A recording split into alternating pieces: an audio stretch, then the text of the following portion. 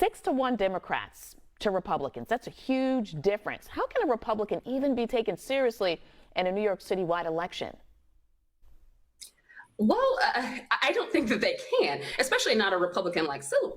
So what we see here is somebody who is basically using a lot of Trump talking points, someone who already has a long standing within New York. And we're watching the priorities in New York change. Just a few months ago, we wouldn't have heard such a strong push during the George Floyd protest to have policing be the number one priority when it comes to reduction of some of the violent crime. And we know that that was one of the things that Eric Adams really drudged down on. And I think that, with what we're seeing with the sheer number of Democrats who are voting right now is that a Republican doesn't really stand a chance. But I would also argue that in this New York race, we have a very different type of Republican running, one who is very anti-vax, one who has decidedly run against a lot of the things that the New York voting base actually supports. So I don't necessarily think that he was the right Republican candidate, but all in all, I don't think that there was any Republican who really would have stood a chance here. In Eric Adams, you have a Democrat who is actually running on what would be considered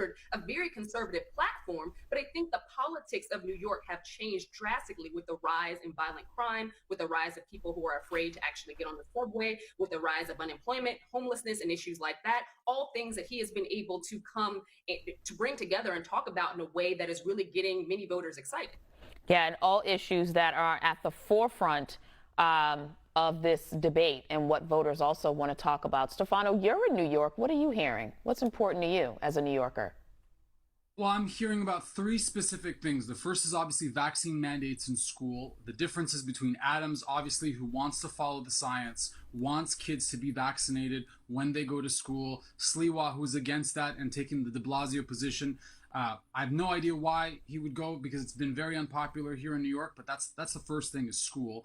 Second thing, you talk about the gifted programs, the expansion of standardized testings and having kids at a very young age, 4 years old, putting in those gifted programs. There are many critics who feel that these programs are detrimental to Black and brown communities. And Adams and Sliwa have both gone on record to say that there should be an expansion of this. This has to be expanded. It should come from their specific regions in Queens, Staten Island, so that it can affect individuals not just at 4 years old, but also be representative of the community as a whole. So I think that's a very, very good thing. And the third thing that I want to touch on is the quality of life issues. How are they going to differentiate themselves on quality of life issues? Sliwa is more in favor of the Bloomberg policies that we know that failed on stop and frisk. Bloomberg would even go on record as saying that that's a regret of his administration.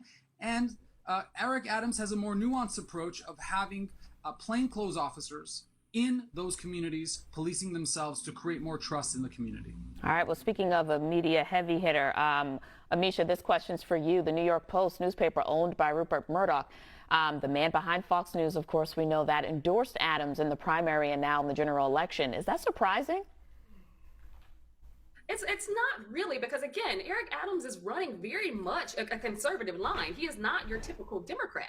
And I think that because of the stance that he has taken in policing, somewhat of what we just heard, he has woven a fabric that makes sense to New Yorkers right now, who are in many ways frightened to do things that they used to be able to do. With that being said, he's also someone who is not, Eric Adams is also someone who is not progressive by any wing of the imagination. And I think that he's using that to his advantage. In all honesty, his candidacy shook up the Democratic Party, at least in its interim in the first, few weeks of seeing him actually become the nominee. But I think that at this point, the fight to move New York forward, the fight that New Yorkers want to get back to normal, some sense of normal, that the recognition that they absolutely are, in dysfunction when it comes to their current mayor, I think that Eric Adams brings a breath of fresh air for many people.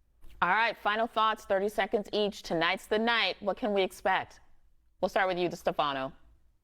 Well, we'll expect it to be interesting. Look, Adams is going to play his game plan. He's got to stick to his game plan. He's got to stick to the points. And Sliwa is going to try to, nip at his heels, try to get him to knock him off his game, essentially, because he knows he's going to lose this election. So those are my final thoughts. If Adams stays strong, steady, composed, he will win, guaranteed. Yeah, so far, I mean, he's leading in the polls in all ages and racial groups as well. Amisha, your final thought. Voters don't necessarily get their cues of who they vote for from debates. We know that. It's more of a shock and awe push for media than it is actual voters. I think that Eric Adams is going to this with a very commanding lead. He doesn't really have that much to prove tonight. What we're going to see is Sliwa try to land something. He has to try to land some type of hit because he's about to die on the vine. All right. Thank you both. Always a pleasure having you both. This is my first time actually speaking with you two together. I like it. Let's make it happen again.